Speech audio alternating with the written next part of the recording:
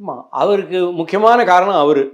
ஏன்னா அவருக்கு அத்தகைய பாடல்கள் தேவை என்பதை, அந்த பாடல்கள் எப்படியெல்லாம் அது இது படும்.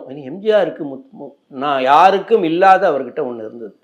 என்னென்னா, இன்னைக்கு செய்யறது இன்னும் 10 வருஷத்தில் என்ன ஆகும் அப்படிங்கிற முன் யோசனை அதிகமாக இருந்தது.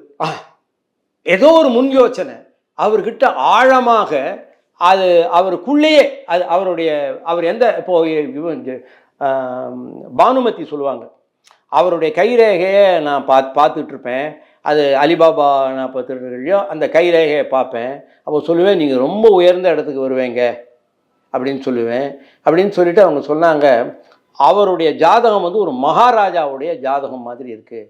அது ஏதோ பூர்வ ஜென்மங்களில் அவர் ஒரு இளவரசராகவோ ஒரு பெரியவராகவோ இருந்திருக்க வேண்டும் என்பது அப்படி ஒரு மகாராஜ யோக ஜாதகம் அப்படின்னு அவரை சொல்லுவாங்க.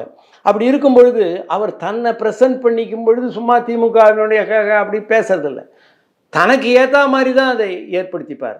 அப்படி ஏற்படுத்திக்கும் போது அந்த பாடல்களினுடைய பெருமையை அவர், ஃபார் எக்ஸாம்பிள் நீங்கள் சொன்னால் ஒரு அந்த இதில் எங்கள் வீட்டு பிள்ளையிலேயே ஒரு ஆங்கில படம், அதனுடைய இதுவே நான் ஆட்சிக்கு வந்து விட்டாலுங்கிற மாதிரி இருக்கும். அந்த பாட்டில் வச்சு தான் அதை அமைச்சு என்ன பண்ணாங்க, நான் ஆணையிட்டால் அது நடந்து விட்டான்.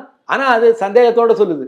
இங்கு என்ன, அது நடந்து விட்டான். ஆமாம், அப்படி நான் ஆணையிடுவேன், அது நடக்கும், அப்பொழுது ஏழைகளுடைய வேதனை தீரும் என்று சொல்கிற அளவுக்கு அந்த வாலி அந்த இடத்துக்கு அந்த அளவுக்கு போல அவர்.